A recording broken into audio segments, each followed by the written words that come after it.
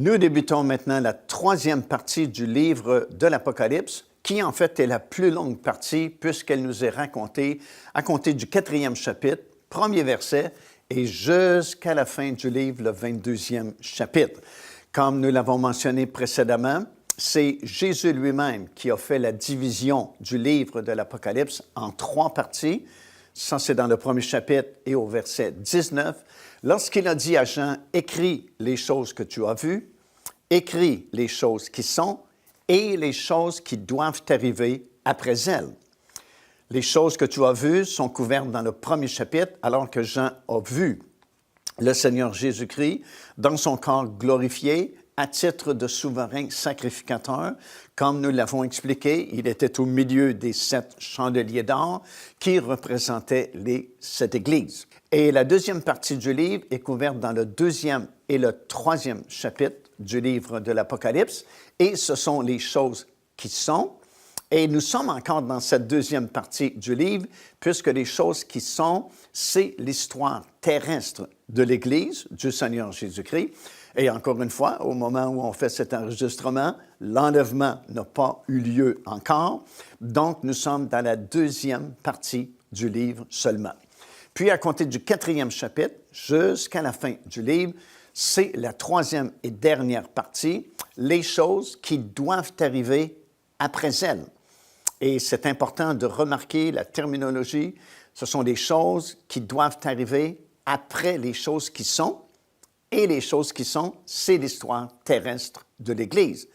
Cela signifie que tout ce qui est écrit à partir du 4e chapitre jusqu'au 22e chapitre, rien de tout ça n'est encore arrivé et rien de tout ça ne peut arriver tant et aussi longtemps que l'enlèvement n'a pas eu lieu. Alors encore une fois, tout se tient bien ensemble et il y a de fortes possibilités que ce 3e temple soit construit exactement à côté du dôme du rocher et que pendant une longue période des 7 années de tribulation, ces 2 édifices coexistent un à côté de l'autre, le dôme du rocher du côté gauche et le temple du côté droit. Dans ce même passage des Écritures dans Apocalypse, le 11e chapitre, au verset 3 jusqu'au verset 14 maintenant, nous lisons au sujet du ministère de 2 témoins très spéciaux, très particuliers, que Dieu enverra à cette époque-là, afin de créer, si vous voulez, une espèce d'équilibre entre l'Antéchrist, qui désormais sera en pouvoir, sera reconnu comme le gouvernement mondial, le faux prophète également qui l'accompagnera. Alors, vous avez 2 personnages très puissants sur cette planète, et Dieu enverra 2 témoins comme pour équilibrer les forces, 2 prophètes qui surtout annonceront et prêcheront la parole de Dieu à Israël. Parce qu'à ce moment-là, ce sera un temps très critique pour Israël, justement, parce que souvenons-nous qu'Israël aura accepté cet homme comme son Messie au tout début des 7 années de tribulation. Et maintenant que le temple est construit et qu'au milieu des 7 années de tribulation, lui-même, l'Antéchrist, se proclamera Dieu et le faux prophète demandera aux gens de se faire une image de cet homme qui a la blessure mortelle, mais qui pourtant vit quand même, et d'adorer l'image de cet homme, bien, en Israël, ça ne fonctionne plus parce que le 2e commandement de Dieu, c'est justement « Tu ne te feras pas d'image taillée, ni de représentation de choses qui sont dans le ciel et sur la terre, et tu ne te prosterneras pas devant ces choses, tu ne les adoreras pas. » Alors, ils vont bien comprendre que cet homme ne peut être le vrai Messie parce qu'il va contre les commandements de Dieu.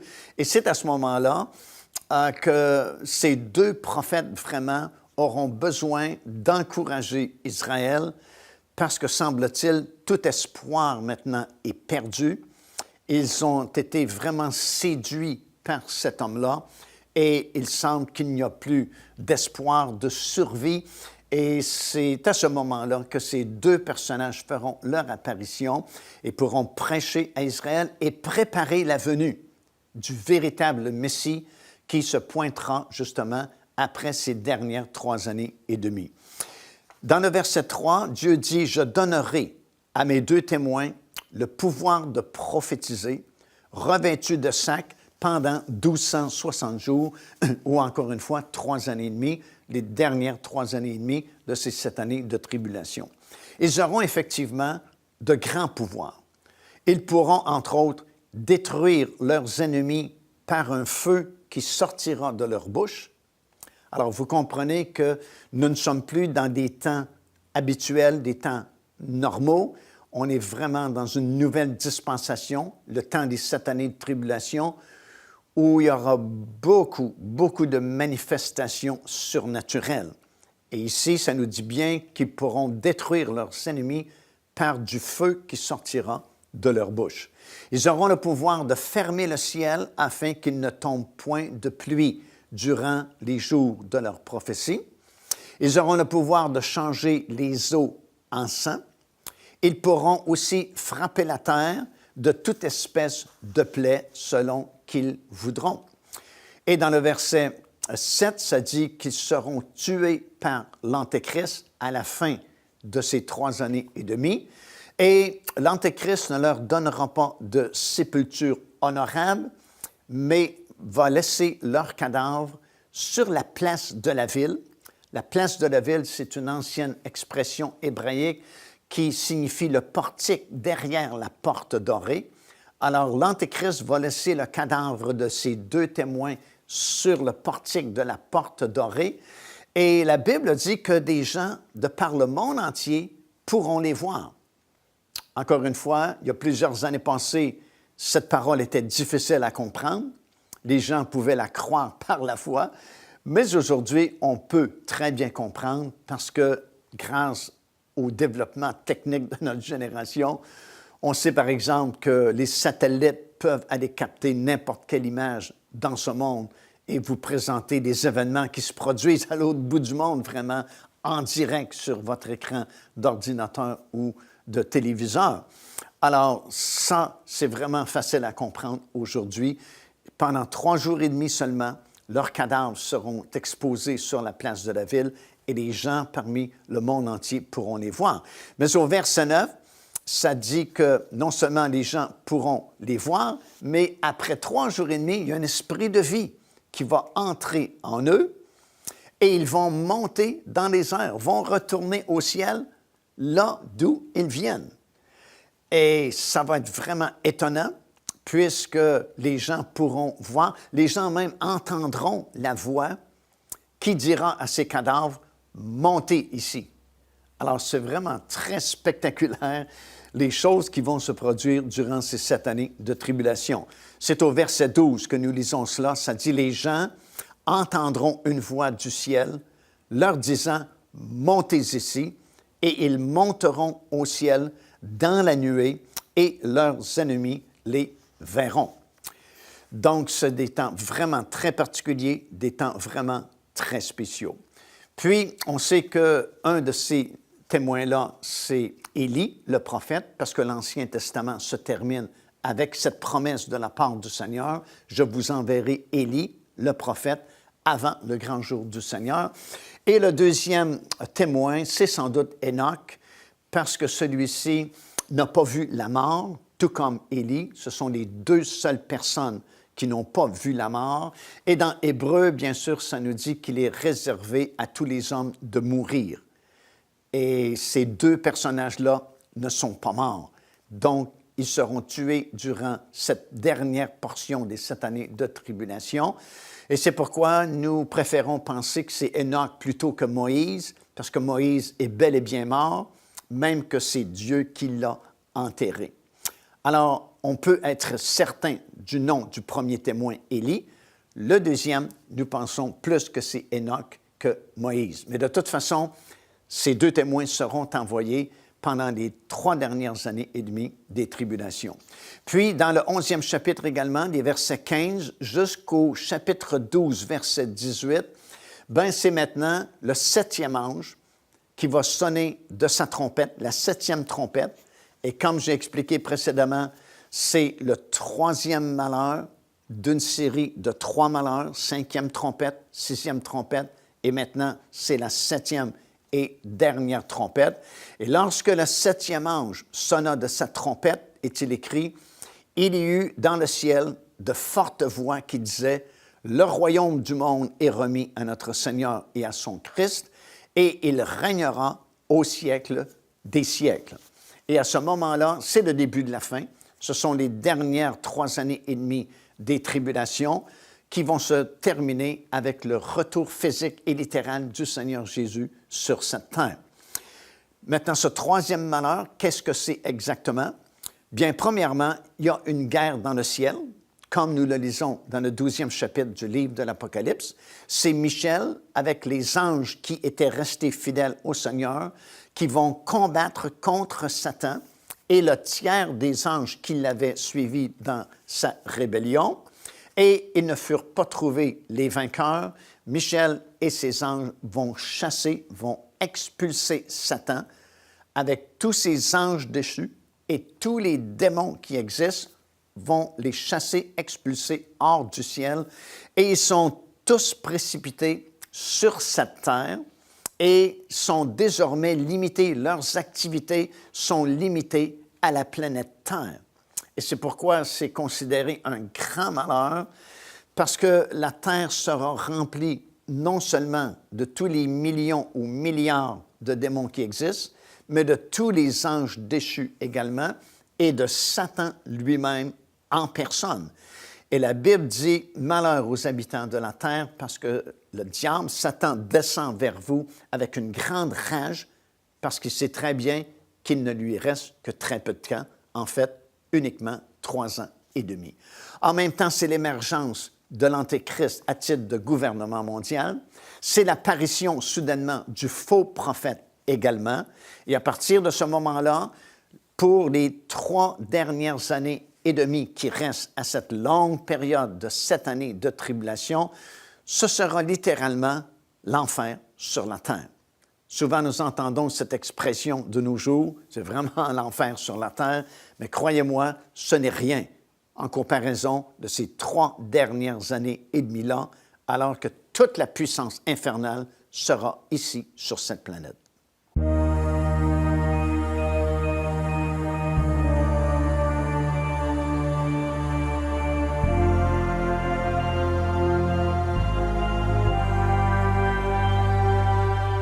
Après que Satan et ses anges furent expulsés du ciel, Jean a vu paraître l'Antéchrist à titre de gouvernement mondial, ainsi que l'émergence du faux prophète. Alors, dans le 12e chapitre du livre de l'Apocalypse, comme nous l'avons étudié ensemble, il y a cette guerre qui a éclaté dans le ciel, et c'est bien le dernier endroit où on pensait avoir une guerre, mais Michel s'est levé avec les anges qui sont restés fidèles envers Dieu contre Satan, ses démons et ses anges également, et ils furent expulsés des lieux célestes. Nous savons que durant cette dispensation, le diable et ses anges et ses démons ont accès dans les lieux célestes. D'ailleurs, la Bible appelle Satan le prince de la puissance de l'air, parce qu'il a encore cette liberté d'aller dans les lieux célestes. Mais à compter du milieu des 7 années de tribulation, voilà que cette guerre éclate là-haut dans le ciel et son temps est terminé. Maintenant, il est expulsé hors des lieux célestes et son seul champ d'action, désormais, sera la planète Terre. Et c'est pourquoi la Bible dit « Malheur aux habitants de la terre, parce que le diable descend vers vous avec une grande rage, parce qu'il sait qu'il ne lui reste que très peu de temps. En fait, il ne lui reste que 1260 jours ou 3 ans et demi, les dernières 3 années et demie des 7 années de tribulation. » Et après, justement, que Satan fut expulsé du ciel, nous lisons à la fin du 12e chapitre, et certaines versions incluent ce verset-là, dernier verset du 12e chapitre, avec le 13e chapitre. Ça nous dit que Jean a vu l'apparition de l'Antéchrist comme gouvernement mondial ou à titre de gouvernement mondial. Et désormais, sur la planète, vous avez cette trinité satanique qui agira, Satan lui-même, l'Antéchrist et le faux prophète. Alors, si nous allons dans le 13e chapitre du livre de l'Apocalypse, dans le premier verset, nous lisons ceci. « Puis je vis monter de la mer une bête qui avait 10 cornes et 7 têtes, et sur ses cornes 10 diadèmes, et sur ses têtes des noms de blasphème. » La Bible prédit que dans les derniers jours, il n'y aura qu'un seul gouvernement mondial dirigé par l'Antéchrist. Il n'y aura qu'une seule religion mondiale dirigée par le faux prophète. Et ensemble, l'Antéchrist et le faux prophète, et bien sûr assisté de Satan lui-même, qui sera ici en personne sur la planète, ils établiront un seul système financier mondial dont la marque sera 666. Donc, ils contrôleront le monde entier par une image animée d'un pouvoir verbal, une marque dans la main droite ou sur le front, et toutes les transactions commerciales seront faites par, premièrement, cette marque, deuxièmement, le nom de l'Antéchrist ou le nombre de son nom, soit 666. Il y a beaucoup d'écrits qui ont été faits et beaucoup de prédications sur le fameux chiffre 666 et personne vraiment n'a trouvé une explication vraiment raisonnable, sauf que dans certaines versions, surtout les anciennes versions, plutôt que d'avoir 3 chiffres comme 666, ce sont 3 lettres grecques et ces lettres-là peuvent être associées à l'islam. Alors, nous savons que dans ces derniers jours, l'islam a un grand rôle à jouer. D'ailleurs, l'islam a un volet prophétique que souvent nous ignorons. Et eux-mêmes, dans ce volet prophétique, parlent de 3 personnages qui agiront dans les derniers jours. On parle du Mahdi, on parle également de Jésus, Issa, comme il l'appelle, qui est censé revenir pour expliquer aux gens que son message a été mal compris, qu'il n'est pas vraiment le Fils de Dieu et demandera la conversion à l'islam. Et un troisième personnage qui s'appelle le Dajjal, qui est un peu, si vous voulez, l'équivalent du diable comme nous lisons dans la parole du Seigneur. Alors, lorsque cet homme obtiendra ou réussira à devenir le gouvernement mondial, nous sommes en plein milieu des 7 années de tribulation. Et à ce moment-là, il réussira à prendre le contrôle mondial. C'est bien sûr au Moyen-Orient que se centralisera son gouvernement et c'est surtout au Moyen-Orient qu'il pourra contrôler les activités commerciales, religieuses et les autres activités des gens. Mais son influence s'étendra partout sur la planète parce qu'à plusieurs reprises, nous avons cette expression-là par le monde entier ou sur toutes les nations du monde. C'est un peu comme à la fin des 7 années de tribulation, lorsque les nations seront rassemblées dans la vallée de Megiddo pour tenter de monter sur la ville de Jérusalem et d'anéantir le peuple juif.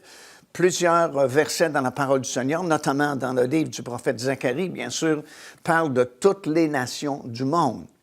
Alors souvent, on parle des nations qui sont situées au Moyen-Orient, autour des frontières d'Israël, mais le prophète mentionne à plusieurs reprises les nations du monde, où toutes les nations du monde seront rassemblées dans la vallée de Megiddo pour monter sur la ville de Jérusalem pour tenter de détruire et d'anéantir une fois pour toutes le peuple juif.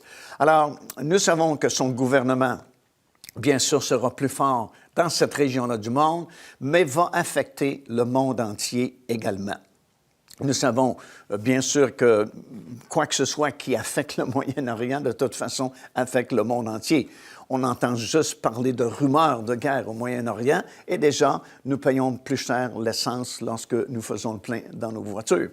Alors, c'est certain qu'un gouvernement mondial centralisé au Moyen-Orient va bien sûr influencer le Moyen-Orient, mais va influencer le reste du monde également. Lorsqu'il devient ce gouvernement mondial, c'est la deuxième révélation de l'Antéchrist. La première a été lorsqu'il a confirmé cette alliance de 7 ans, telle que mentionnée dans le livre du prophète Daniel.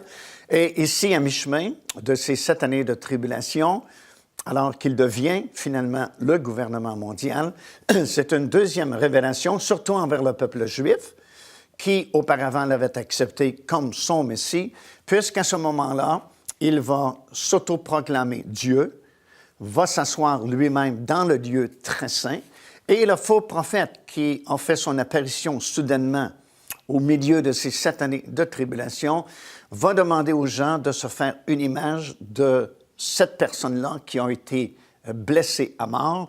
Nous allons voir un peu plus loin comment, lors de son inauguration à titre de gouvernement mondial, quelqu'un l'a assassiné par un coup d'épée.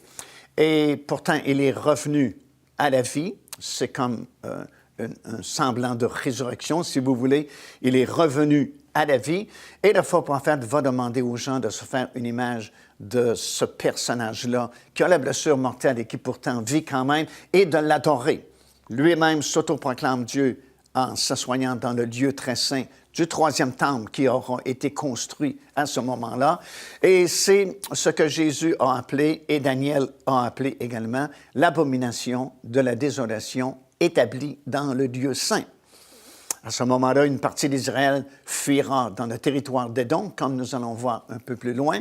Mais dès cet instant-là, en général, chez le peuple juif, on saura que ce ne peut être Christ, puisqu'on demande l'adoration d'une image, et que le 2e commandement de Dieu dans la Bible, c'est « Tu ne te feras point d'image ni de représentation qui sont dans le ciel ou sur la terre, et tu n'adoreras pas, tu ne te prosterneras pas devant ces choses-là. » Alors, le fait même que le faux prophète demande aux gens d'adorer une image, ben c'est un signal très clair pour le peuple juif que cet homme ne peut pas être leur Messie tel qu'il l'avait accepté 3 ans et demi auparavant.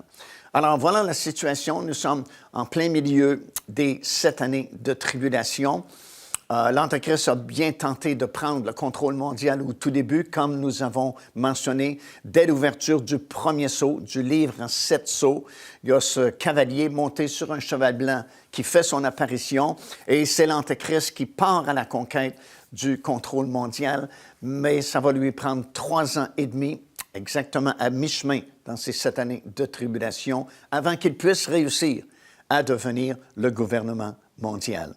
Et à ce moment-là, Israël va réaliser que ça ne pouvait pas être son Messie comme il l'avait reconnu au tout début. Et plusieurs vont fuir dans la région de Pétra, comme nous le pensons. Du moins, c'est dans le territoire d'Édom qu'ils pourront fuir, tel que c'est mentionné dans la parole du Seigneur. Et plusieurs autres vont rester, bien sûr, en Israël. Et ce sera les 3 dernières années et demie de ces 7 années de tribulation, très intenses à ce moment-là, qui vont nous conduire au retour physique et littéral du Seigneur Jésus-Christ à la toute fin. Il y a donc 2 révélations de l'Antéchrist. La deuxième, comme je viens de mentionner, se fera au milieu des 7 années de tribulation. Et c'est une révélation pour le peuple juif qui l'avait accepté comme son Messie 3 ans et demi auparavant.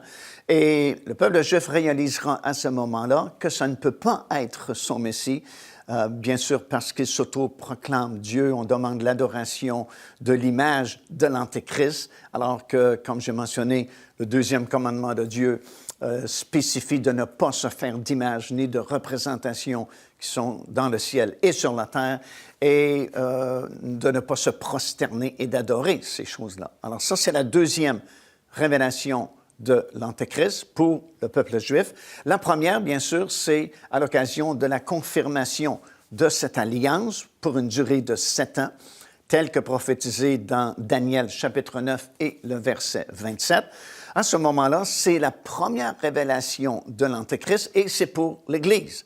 Parce qu'en effet, dès l'instant où cette confirmation aura lieu, pour une période de 7 ans, garantissant la paix et la sécurité pour les habitants de la terre, pour le peuple juif, c'est son Messie, puis je vais vous expliquer pourquoi ce sera facile pour Israël de reconnaître cet homme comme leur Messie. Ce sera le Mahdi pour le monde arabe.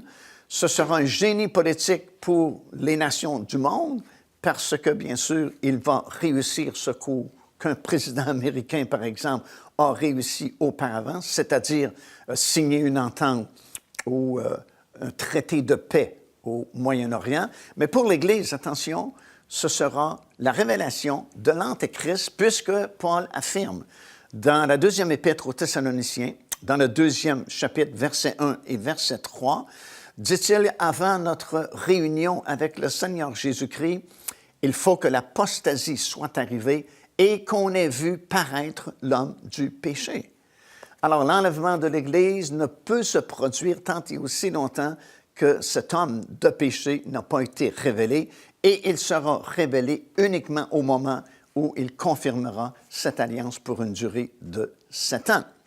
Maintenant, ce n'est pas sage d'attendre la confirmation de cette alliance pour se préparer pour l'enlèvement, parce que selon Matthieu chapitre 25, parabole des 10 vierges, il fallait être prêt avant la confirmation de cette alliance afin de faire partie de l'enlèvement de l'Église, parce que cette confirmation de l'alliance de 7 ans, c'est le fameux cri de minuit que nous entendons, que nous lisons dans Matthieu, le chapitre 25, à l'occasion de cette parabole, la parabole des 10 vierges. Selon le prophète Daniel, juste avant la confirmation, justement, de cette alliance pour une durée de 7 ans, il y aura une coalition de 10 nations qui se formera très rapidement, en état d'urgence, si vous voulez, afin d'éviter une catastrophe encore plus grande, parce qu'un bouleversement aura secoué tout le Moyen-Orient et aura affecté, en fait, le monde entier. Il y a plusieurs possibilités pour qu'un bouleversement bouleverse, justement, le Moyen-Orient, mais nous savons de façon certaine, par la parole d'Ézéchiel, chapitre 38, qu'une coalition de nations formée par une grande puissance située au septentrion d'Israël. Et au septentrion d'Israël, c'est-à-dire à l'extrémité nord au-dessus d'Israël, la seule puissance qui est là, c'est la Russie. Alors nous savons que la Russie sera grandement impliquée dans cette attaque soudaine sur les montagnes d'Israël. Et selon le prophète Ézéchiel, la Russie formera une coalition avec plusieurs nations, dont certaines sont mentionnées par leur nom dans le 38e chapitre d'Ézéchiel, notamment l'Iran, sous son ancien nom, la Perse, la Turquie, l'Éthiopie et plusieurs autres nations se formeront en coalition et feront une attaque surprise sur les montagnes d'Israël via la vallée de Bassan, dans le nord complètement du pays d'Israël. Et selon Ézéchiel chapitre 38, Dieu lui-même va intervenir dans ce conflit-là par des fléaux naturels et mettra un terme soudainement à cette attaque-là et accordera une grande victoire à Israël. Et c'est à ce moment-là qu'une autre coalition se formera de 10 nations, selon le prophète Daniel, qui sont représentés par les 10 orteils de la statue du songe de Nebuchadnezzar.